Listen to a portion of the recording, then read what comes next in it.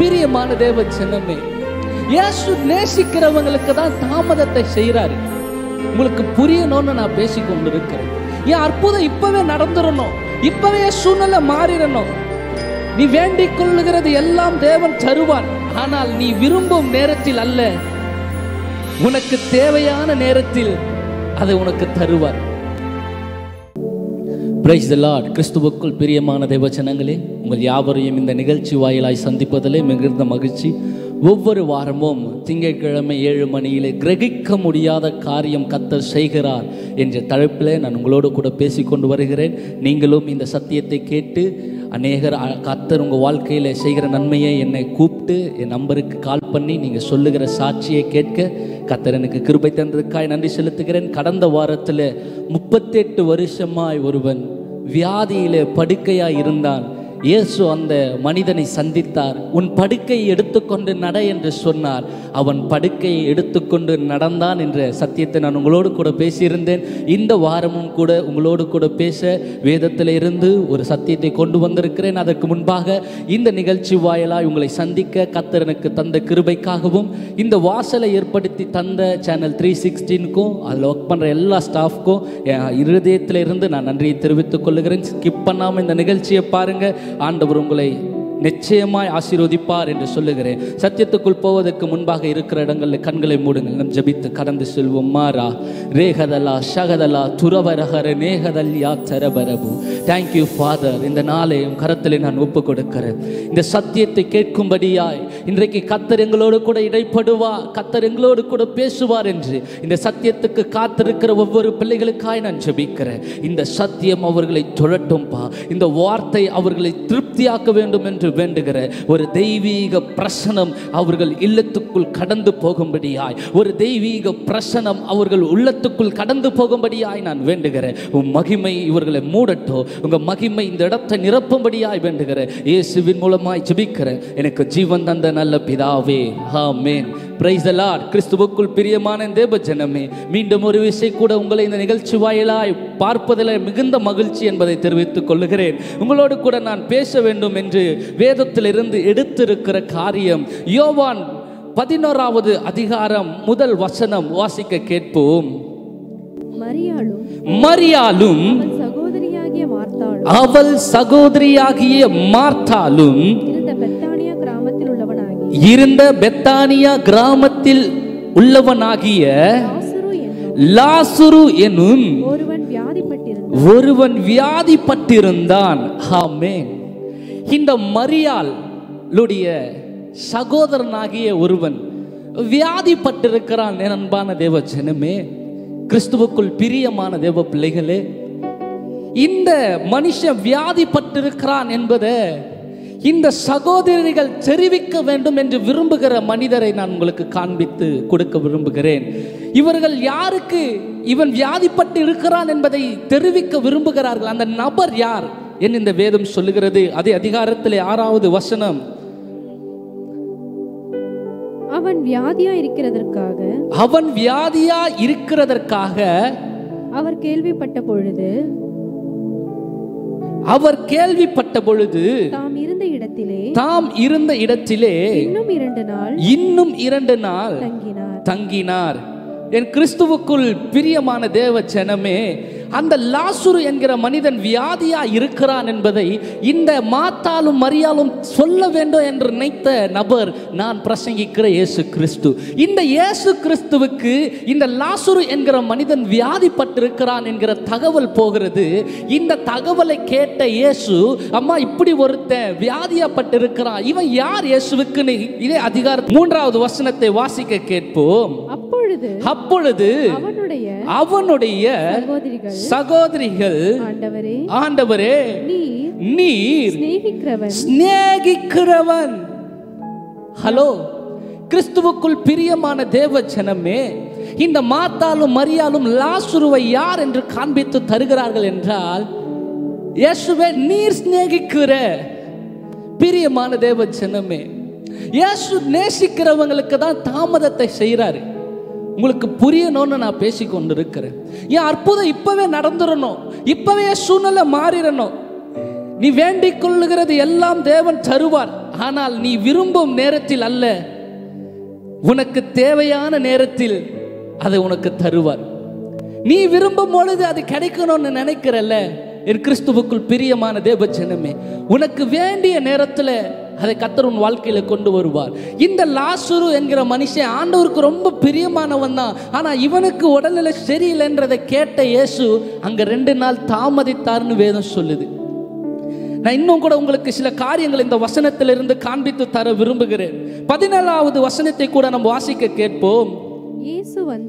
இயேசு வந்த பொழுது அவன் கல்லறையில் வைக்கப்பட்டு 4 நாளாயிற்று என்று கண்டார். கிறிஸ்துவுக்குள் பிரியமான தேவஜனமே, மிகவும் சிநேகமான பிரியமான ஒரு மனுஷன் அவன் வியாதிப்பட்டிருக்கிறான்னு சொல்லி கேட்டாரு. கேட்ட இயேசு 2 நாள் கூட அங்கேயே தாமதமாக்குறாரு, அங்கேயே ஸ்டே பண்ணிட்டாரு. இப்ப இயேசு அந்த லாசருவை தேடி வரும் பொழுது அந்த லாசரு மரித்து 4 நாள் ஆச்சு. ஹலோ, ஐயோ இந்த பிரச்சனை வந்துடுச்சு, இப்பவே எனக்கு இயேசு வேணும், இப்பவே இயேசு என் வாழ்க்கையில வந்துடணும், இப்பவே இயேசு வந்து அற்புதம் நடந்துடணும், இப்பவே சூழ்நிலை மாறிடணும். இங்க ஒரு மனுஷன் ரொம்ப இயேசுக்கு பிரியமானவன் தான், இயேசு ரொம்ப சிநேகிக்கிறவன், இயேசு ரொம்ப அன்பா இருக்கிறவன் தான். ஆனா இந்த மனுஷனுடைய சரீரத்துல வியாதி வந்திருக்கிறது. இந்த மாத்தாளுக்கும் மரியாளுக்கும் ஒரு சிந்தனை வருகிறது, இதை இயேசு கிட்ட சொல்லணும். இயேசுவுக்கு இது தெரிஞ்சா, இயேசு இந்த இடத்துல வந்தா என் சகோதரனுடைய ஜீவன் காக்கப்படும். ஆனா இயேசு அவன் வியாதிப்பட்டு இருக்கிறதை தெரிந்து 2 நாள் கூட தாமதமா போறாரு. 2 நாள் கூட அதே இடத்துல இருக்கிறார். அப்படியா, அவன் வியாதிப்பட்டு இருக்கிறானா, சரி இன்னும் 2 நாள் கூட நம்ம இங்கே இருப்போம். இயேசு போய் அந்த லாசருவை சந்திக்கும் பொழுது லாசரு என்கிற மனிதன் மரித்து 4வது நாள். கிறிஸ்துவுக்குள் பிரியமான தேவஜனமே, இதில் இருக்கிற அடுத்த காரியங்களை உங்களுக்கு காண்பித்து தர நான் விரும்புகிறேன். 32வது வசனம் வாசிக்க கேட்போம். இயேசு இருந்த இடத்தில் மரியாள் வந்து அவரை கண்டவுடனே அவர் பாதத்தில் விழுந்து ஆண்டவரே, நீர் இங்கே இருந்தீரானால் என் சகோதரன் மரிக்க மாட்டான் என்றால். கிறிஸ்துவுக்குள் பிரியமான தேவஜனமே, இயேசுவே நீங்க இருந்தீங்கன்னா என் சகோதரன் மரிச்சு போயிருக்க மாட்டால. இந்த இடத்துல இயேசு மட்டும் இருந்திருந்தா இவ்வளவு பெரிய பிரச்சனை எனக்கு வந்திருக்குமா, இவ்வளவு பெரிய கஷ்டம் எனக்கு வந்திருக்குமா, இவ்வளவு பெரிய போராட்டம் எனக்கு வந்திருக்குமா? இந்த மரியாளும் இயேசுடைய சமூகத்தில் அப்படிதான் அழுது புலம்புனா. இப்ப எப்படி நீங்க அழுது கொண்டு இருக்கிறீங்களோ, இயேசுவே இந்த பிரச்சனையில நான் வாழ்ந்து கொண்டு இருக்கிறேனே, நீ இருக்கிறது உண்மைனா இந்த பிரச்சனையே வாழ்க்கையிலேயே மாறாம இருக்கு, நீ எப்படி அழுது புலம்புகிறாயோ அப்படிதான் இந்த மரியாளும் அழுதா.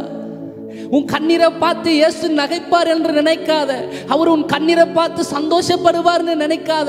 இந்த மரியாளுடைய கண்ணீரை பார்த்து இயேசு 35வது வசனம் என்னமா சொல்லுது கேளுங்க. இயேசு கண்ணீர் விட்டார்.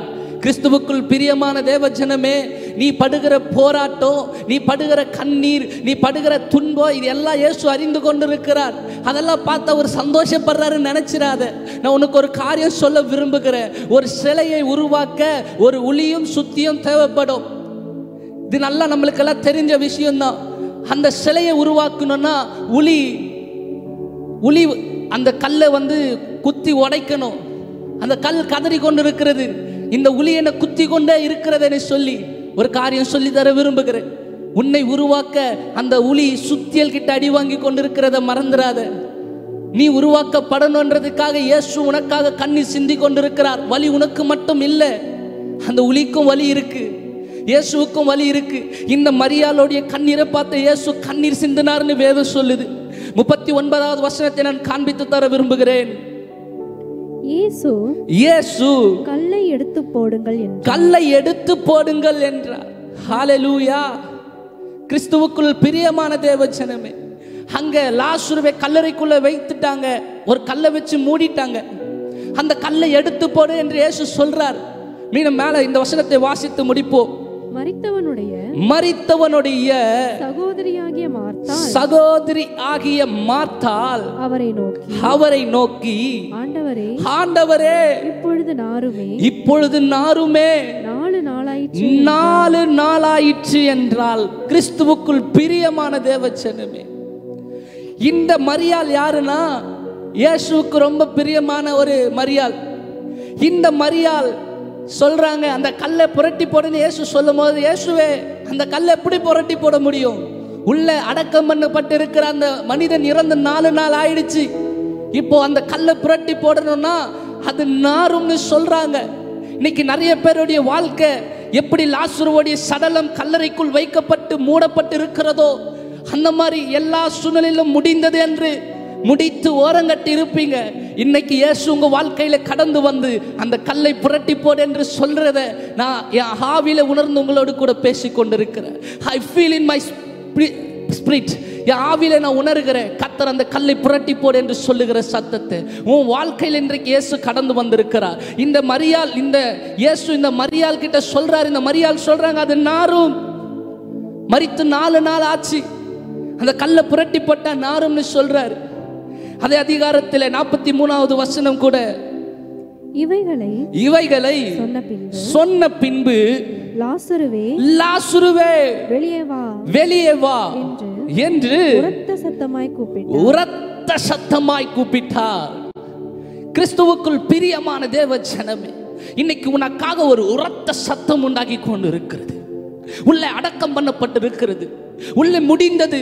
சகோதரி சொல்றா, இப்பவா திறக்கணும்? இயேசுவே 4 நாள் கழிச்சு நீங்க வந்திருக்கிறீங்க. நீங்க அவனுக்கு வியாதியா இருக்கும் பொழுது வரலையே, அவன் ஜீவன் பிரியும் போது வரலையே, அவன் செத்து 4 நாள் ஆயிடுச்சு, இப்போ வந்து கல்லறையை திறக்க சொல்றீங்க. இப்ப இயேசு அந்த கல்லறையை பார்த்து லாசருவே வெளியே வா என்று சொல்லுகிறார். மாரா ஷத்துரிபியா கரபலபு. அந்த வசனம் என்னமா முடிகிறது என்று கேட்போம். அப்பொழுது மரித்தவன் வெளியே வந்தான். கிறிஸ்துவுக்குள் பிரியமான தேவ ஜனமே, இந்த மரித்து போயிருக்கிற லாசரு வெளியே வந்திருக்கிறான். உன் வாழ்க்கை முடிந்தது என்று நினைக்கிற சூழ்நிலை அது திரும்ப வராதா? மரித்து போன லாசருவால கல்லறையை திறக்க முடியுமானால் உன் வாழ்க்கையில் கர்த்தர் அந்த கல்லை புரட்டி போட முடியாதா? உங்களுக்கு ஒரு காரியம் நான் சொல்லணும்னு விரும்புகிறேன். அன்னைக்கெல்லாம் யூதர்களுடைய அந்த கல்ச்சர், இன்னைக்கும் அநேக இந்து ஜனங்கள்லாம் அதை பின்பற்றி வராங்க. ஒரு மரித்து போனானா 3 நாளைக்கு அப்புறம் அந்த சடலத்துக்கு பால் ஊற்ற போவாங்க. ஏன்னா அவங்கெல்லாம் அப்படி நம்பினாங்க, ஒருத்தன் மரித்தா அவனுடைய ஆத்மா வந்து அந்த சடலத்துக்கிட்ட தான் இருக்குமா. அந்த சடலத்தோட கூட அந்த ஆத்மா உலாவி கொண்டிருக்கும். அந்த ஆத்மா அந்த மரித்த சடலத்தை விட்டு போக 4 நாள் ஆகும், 3 நாள் முடிஞ்சாதான் போவோம். இப்படி ஒரு நம்பிக்கை அந்த ஜனங்களுக்குள்ள இருந்துச்சு. இயேசு 4 நாள் கழித்து வந்ததற்கு இதுவும் ஒரு காரணம் என்று ஆய்வாளர்கள் சொல்றாங்க. இயேசு மரணத்தை 3 நாள் கழிச்சு ஜெயித்ததுக்கும் இது காரணம் என்று சொல்றாங்க. ஒருவேளை 2வது நாள் அவர் உயிர்த்தெழுந்திருந்தா, 2வது நாள் லாசருவை வெளியே வா என்று சொல்லியிருந்தால் அந்த ஜனங்கள் சொல்லியிருப்பாங்க அவன் மரித்தான், ஆனால் அவன் ஆத்துமா அவன் சடலத்தை சுற்றி கொண்டிருந்தது, அந்த ஆத்துமா அந்த சடலத்துக்குள் போனது, அவன் உயிரோடு எழுந்தான்னு சொல்லி. இப்படி அந்த ஜனங்களுடைய நம்பிக்கையை இயேசு உடைக்கும்படியாக 2 நாள் கூட தாமதப்பட்டு அவன் மரித்து 4வது நாள் அவன் கல்லறைக்கு முன்பாக கடந்து வந்து நின்றார். கிறிஸ்துவுக்குள் பிரியமான தேவ ஜனமே, இன்னைக்கு மனுஷங்களுடைய நம்பிக்கை இது இப்படி அது அப்படி. இந்த மரியாளுடைய எண்ணம், இந்த கல்லறையை திறந்தா 4 நாள் ஆயிடுச்சு, அது பயங்கரமான நாற்றத்தை தான் தரப்போகுது. ஆனா இயேசு அந்த கல்லறை புரட்டி போட சொல்லிட்டு லாசருவை வெளியே வான்னு சொல்லும் பொழுது அந்த மனிதன் வெளியே வந்தான். அந்த வசனம் என்னமா முடிகிறது என்பதை உங்களுக்கு நான் காண்பித்து தர விரும்புகிறேன். அவன் கால்களும் கைகளும் பிரேத சீலைகளினால் கட்டப்பட்டிருந்தது. மாரா ஷத்துரிபியா கராத்தரபரபு. அவன் முகமும் சீலையால் சுற்றப்பட்டிருந்தது.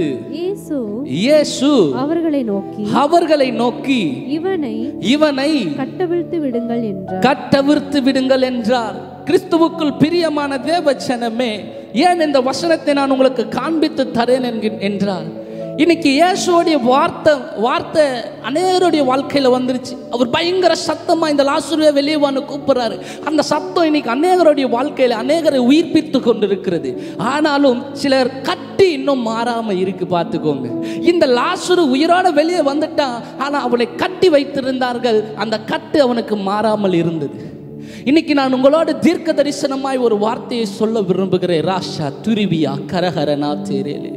இன்னைக்கு கர்த்தருடைய ஆவியானவர் உங்க கூட பேசட்டும். இன்றைக்கு உங்களை பார்த்து ஆண்டவர் சொல்ல விரும்புகிறது, இன்றைக்கு கட்டவிர்த்து விடுங்கள் என்கிற வார்த்தை. இன்றைக்கு நீ கட்டவிர்க்கப்படுகிறது உண்மை. இன்னைக்கு உன் சூழ்நிலை மாறப்போகிறது உண்மை. நான் கிரகிக்க முடியாத காரியத்தை கர்த்தர் செய்கிறார் என்கிற தலைப்பில் ஒவ்வொரு வாரமும் பேசிக்கொண்டு வருகிறேன். இந்த லாசரு என்கிற மனிதனுடைய வாழ்க்கையில கர்த்தர் கிரகிக்க முடியாத காரியத்தை செய்தார். அவன் மரித்து 4 நாள் ஆயிற்று. சகோதரி சொல்றா, இனிமே அந்த கல்லறையை திறக்க இயலாது, முடியாது. அப்படி திறந்தா நாருமே. இன்னைக்கு உன் வாழ்க்கையில எல்லாம் முடிந்தது, இனி அதை நான் செய்யவே முடியாது, அது பாசிபிளே இல்லைன்னு நான் இயேசுவின் பிள்ளையா உன்கிட்ட சொல்ல விரும்புகிற ஒரு காரியம், எவ்ரிதிங் இஸ் பாசிபிள். எல்லாம் இயேசுவால முடியுமா? நீ அவரை நம்புவாயானால், அவரை விசுவாசிப்பாயானால் நீ தேவனுடைய மகிமை இன்னைக்கு பார்ப்ப. இந்த மரியாதை பார்த்து இயேசு சொன்ன வார்த்தை, நீ விசுவாசித்தால் தேவனுடைய மகிமையை காண்பா. இன்னைக்கு நீ விசுவாசிப்பாயானால் தேவனுடைய மகிமையை நீ காணப்போகிறது உண்மை. நான் இன்னும் இந்த வசனத்தை அதிகமாக பேச எனக்கு ஆசை, ஆனால் என்னுடைய நேரம் முடிய போகிறது. நான் உங்களோடு கூட பேச விரும்பின காரியத்தை நான் சரியாய் பேசிவிட்டேன்னு நான் நம்புகிறேன். இந்த லாசருடைய வாழ்க்கையில் இயேசு கடந்து வந்திருக்கிறார். இது லாசரு நினைத்த நேரத்துக்கு வரல. மரியாள் ஒரு நேரம் நினைச்சிருந்தா, மாத்தாள் ஒரு நேரம் நினைச்சிருந்தா, இந்த நேரத்தில் இயேசு நம்ம கூட இருந்தா என் சகோதரன் உயிர் காக்கப்படுமே. இயேசு மாத்தாளும் மரியாளும் நினைத்த நேரத்தில் அங்கே இல்லை, அவர் ஒரு நேரத்தை நினைத்திருந்தார். இன்னைக்கு உங்க வாழ்க்கையில கர்த்தர் கிரகிக்க முடியாத காரியத்தை செய்ய அவர் ஒரு நேரத்தை வைத்திருக்கிறார் என்பதை உங்களுக்கு நான் காண்பித்து தர விரும்புகிறேன். அவர் சத்தம் கேட்டு அந்த லாசரு உயிரோடு எழுந்து வந்துட்டான், ஆனா அவன் கட்டுப்பட்டு இருந்தான். இன்னைக்கு ஆண்டவரே அவர் அழைக்கிற சத்தம் அநேகருக்கு கேட்டுக்கொண்டிருக்கிறது. அநேகர் அந்த கல்லறை விட்டு வெளியே வந்து நின்று கொண்டிருக்கிறார்கள். ஆனால் எப்படி லாசரு கட்டப்பட்டு இருந்தானோ அப்படி நீங்களும் கட்டப்பட்டு இருப்பீங்களானா இன்னைக்கு கர்த்தருடைய வார்த்தை உங்களுக்கு நேராய் கடந்து வருகிறது. அவர்களை கட்டவிர்த்து விடுங்கள். ராஷா தாரா ஹரணியா துருபியா கரபலபு.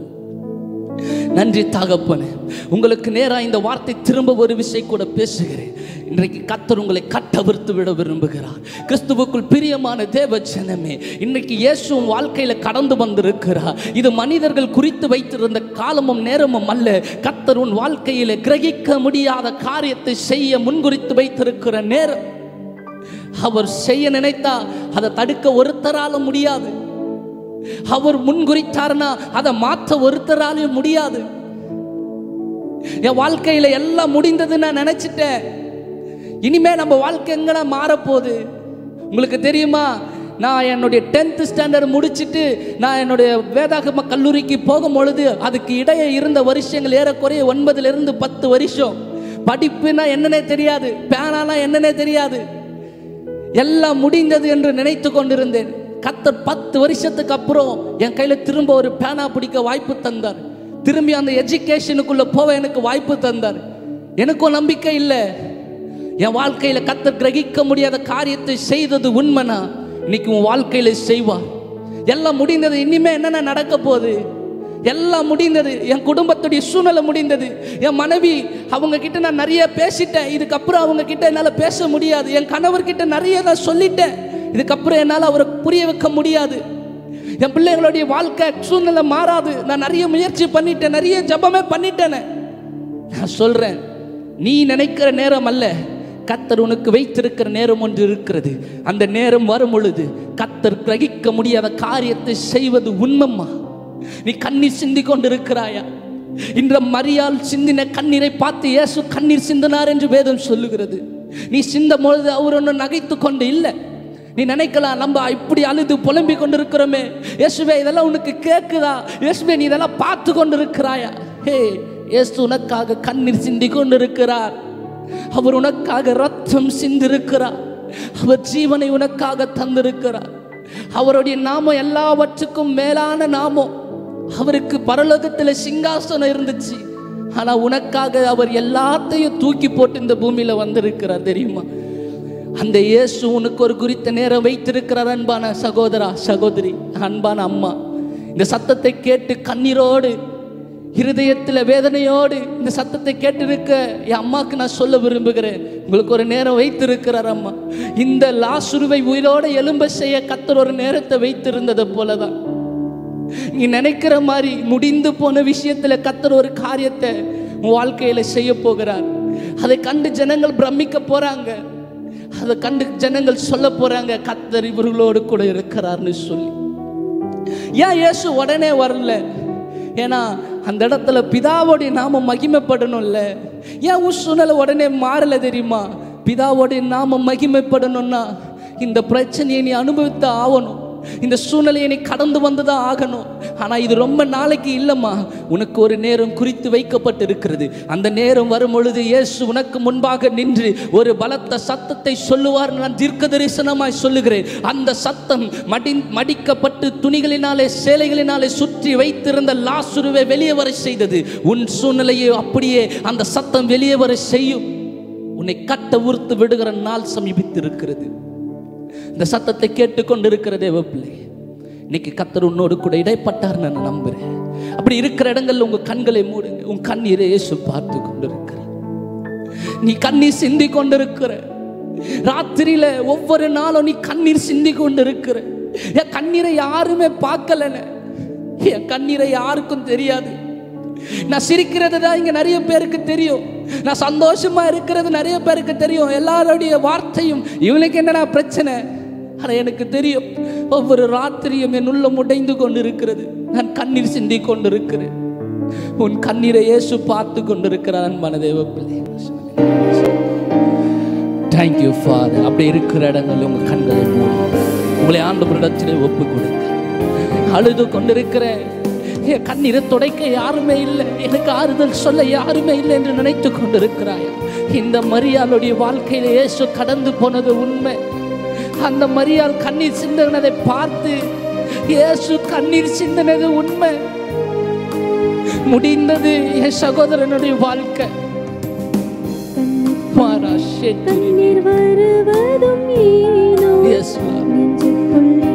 அழுது கொண்டிருக்கிறாங்க பிள்ளைங்க, தேவ பிள்ளைங்க அழுது கொண்டிருக்கிறாங்க. ஒரு தெய்வீக பிரசனம் அவர்களை துரட்டும், ஒரு தெய்வீக மகிமை அவர்கள் மேல் பாயட்டும். இந்த சத்தத்தை கேட்கும் பொழுதே ராஷாகலாம் துருபியா கராபல் உன்னை விட்டுற மாட்டாரா, உன்னை கைவிட மாட்டார். எஸ் மாராபோ ஷேபாபியா கரா கரபலம் மாராபோ ஷேஹலலா சர நிகதன மனா கரபலஹரன. கண்ணீர் அவர் பார்க்கிறாரா? ராத்திரியில கண்ணீர் சிந்தி கொண்டிருக்கிற, ராத்திரியில தூங்கும் பொழுது ஒவ்வொரு ராத்திரியும் கண்ணீரோடு கூட, அதை யாரும் பார்க்கல, என் அம்மா அண்ணன் தம்பி யாரும் பார்க்கல, இல்லை இயேசு பார்த்து கொண்டிருக்கிறார். உனக்காய் கண்ணீர் சிந்தி கொண்டிருக்கிறார்.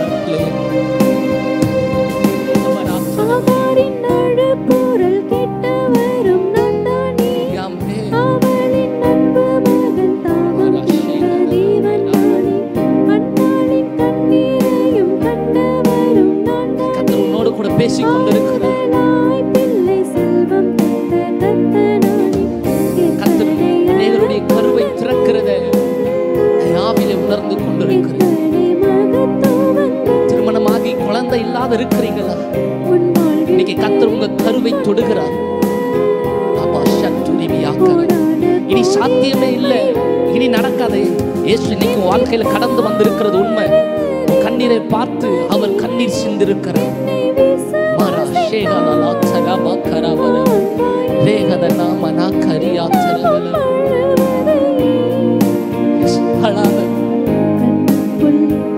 தேவ பிள்ளை,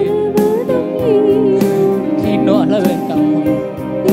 இன்னைக்கு இயேசு கண்ணீரை துடைக்க வந்திருக்கிறார்.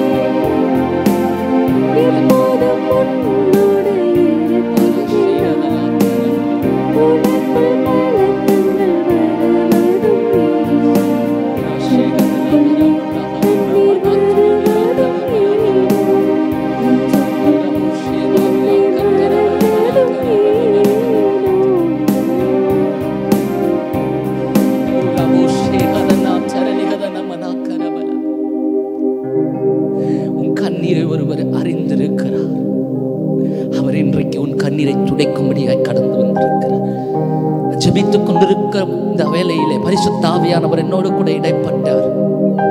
என் பிள்ளைங்க கண்ணீரோடு கூட இந்த சத்தத்தை கேட்டுக்கொண்டிருக்கிறது.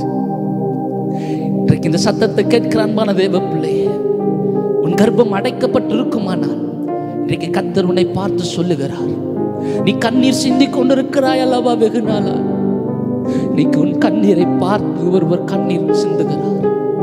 அந்த அடைக்கப்பட்டிருக்கிற காரியத்தை கர்த்தர் திறக்க சொல்லுகிற சத்தம், மாரா சேகதலா துரிபியா, அவனை கட்டவிழ்த்து விடுங்கள் என்கிற சத்தம் இன்றைக்கு உனக்கு நேராய் கடந்து வந்து கொண்டிருக்கிறது. கர்த்தர் உன் கர்ப்பத்தை திறப்பார், உன் கர்ப்பத்தின் கனியை ஆசீர்வதிப்பார். தீர்க்க தரிசனமாய் உங்களுக்கு சொல்லுகிறேன், முடிந்தது, மூடி வைத்துட்ட, இதுக்கப்புறம் I cannot open back at that, அதை திரும்ப நான் திறக்கவே மாட்டேன். இன்னைக்கு கர்த்தர் உன்னோட கூட இருக்கிறார். ஒரு மகிமை வெளிப்பட போகிறது, ஒரு தெய்வீக மகிமை வெளிப்பட போகிறது. ராஷகதலா துரிபி ஆக்கரகரலபர. நான் நன்றி செலுத்துகிற இந்த சத்தத்தை கேட்கிற அன்பான தேவ ஜனமே, கர்த்தர் உன்னை ஒவ்வொரு வாரமும் இந்த சத்தத்தினால சும்மா நடத்தல, அவர் உன் வாழ்க்கையில கிரகிக்க முடியாத காரியத்தை செய்ய விரும்புகிறார். அதனால நீ இந்த சத்தத்தை கேட்டுக்கொண்டே இருக்கிறேன். தீர்க்க தரிசனமாய் சொல்லுகிறேன், நீ கிரகிக்க முடியாத காரியத்தை உன் வாழ்க்கையிலே சந்திப்பாய். மாரா ஷகதலா துரிபியா கரபலபு. உங்களுக்காய் ஜெபிக்க விரும்புகிறேன். வானத்துக்கு பூமிக்கும் சகல அதிகாரம் படைத்த சர்வ வல்லமை உள்ள பிதாவே, நான் நிற்கிற முன் பிரச்சனத்துக்கு நேராய் இயேசு அந்த கல்லறைக்கு முன்பாக நின்று பிதாவே நோக்கி பார்த்து, நீர் என் சத்தத்துக்கு செவி கொடுக்கிறீர் என்பதை அறிந்திருக்கிறேன் என்று சொன்னதை போல் நான் உன் சமூகத்திலே நின்று சொல்லுகிறேன், நீர் என் சத்தத்துக்கு செவி கொடுக்கிறீர் என்பதை நான் அறிந்திருக்கிறேன். இந்த ஜனங்களுடைய சூழ்நிலை மாறா சகதலா துருபியா கட்டேரேலே பராபலபு. இவங்க கண்ணீரெல்லாம் மாறும்பா, இவங்களை நீ சந்தோஷமாய் வாழ வைப்பீர். இவர்கள் தலைகள் நிமிரு, இவர்கள் வாழ்க்கையில கிரகிக்க கூடாத காரியம் நேரிடும் என்பதை நான் தீர்க்க தரிசனமாய் பேசி இடத்தை விட்டு கடந்து போக விரும்புகிறேன். தெய்வீக பிரசன்னம் ஆளுகை செய்யட்டும். இயேசுவின் மூலமாய் ஜெபிக்கிறேன் எனக்கு ஜீவன் தந்த பிதாவே, ஆமென். Praise the Lord. கிறிஸ்துவுக்குள் பிரியமான தேவஜனமே, இந்த சத்தியத்தின் வாயிலாய் கர்த்தர் உங்களை ஆசீர்வதித்திருப்பார் அப்படின்னு நான் விசுவாசிக்கிறேன். ஒரு காரியத்தை கூட நான் உங்களுக்கு காண்பித்து தர விரும்புகிறேன். யோவான் 4வது அதிகாரம் 24வது வசனம். தேவன் ஆவியாய் இருக்கிறார். அவரை தொழுது கொள்ளுகிறவர்கள் ஆவியோடும் உண்மையோடும் அவரை தொழுது கொள்ள வேண்டும் என்றார். கிறிஸ்துவுக்குள் பிரியமான தேவஜனமே, இந்த ஆராதனை வேளையிலே ஆவியானவர் என்னோடு கூட இடைப்பட்ட வார்த்தையை உங்களோடு கூட நான் இப்ப பேசுகிறேன். அவரை தொழுது கொள்ளுகிற நீங்க ஆவியோடும் உண்மையோடும் தொழுது கொள்ளுங்க. வருகிற நாட்களில் கர்த்தர் உங்கள் வாழ்க்கையில் கிரகிக்க முடியாத காரியத்தை செய்வார். இந்த நிகழ்ச்சியை நீங்கள் பார்த்து ஆசீர்வதிக்கப்படுகிறீர்கள் என்று நான் நம்புகிறேன். அநேகர் என்னை ஃபோன் நம்பரில் கூப்பிட்டு எனக்கு வாழ்த்து தெரிவிக்கிறீங்க. உங்களுக்கு நான் நன்றியை தெரிவித்துக் கொள்ளுகிறேன். தொடர்ந்து இந்த சத்தத்தை கேட்கிற நீங்கள் சபைகளுக்கு செல்லாத புதிய விசுவாசிகளாக இருப்பீர்களானால் இந்த வீடியோ எண்டில் நம்ம சர்ச் அட்ரஸ் இருக்குது. நீங்கள் அதில் கான்டாக்ட் நம்பர் இருக்கும். நீங்கள் ஸ்க்ரீனில் பார்க்கும் போதே கான்டாக்ட் நம்பர் உங்களுக்கு காண்பிப்பாங்க. உங்களுடைய ஜெப விண்ணப்பங்கள் இருக்குமானால் நீங்கள் எங்களை தொடர்பு கொள்ளலாம். நாங்கள் உங்களுக்காய் ஜெபிப்போம். சபை இல்லாதவர்களாக இருப்பீர்களானால் நீங்கள் எங்களை தொடர்பு கொள்ளுங்கள். உங்களை சத்தியத்தில் போதித்து, இந்த வருகிற நாட்கள் ரொம்ப கொஞ்ச காலம்தான், நம்ம ரொம்ப நாள் வாழ போகிறதில்லை. ஆண்டவருடைய வருகை ரொம்ப சமீபித்திருக்கிறது. இந்த சத்தியத்தில் நீங்கள் வளரணும்னு சொல்லி நான் விருப்பப்படுகிறேன். நீங்கள் அருகாமல் இருப்பீர்களானால் தவறாமல் தொடர்பு கொள்ளுங்க. கர்த்தர் உங்களோடு கூட இடைப்படுவார். தொடர்ந்து இந்த நிகழ்ச்சியை பாருங்கள். கர்த்தர் உங்களை ஆசீர்வதித்து உங்கள் சூழ்நிலையை மாற்றுவார். உங்களுக்கு கிரகிக்க முடியாத காரியம் உங்கள் வாழ்க்கையில் நேரிடும். God bless you. Love you all.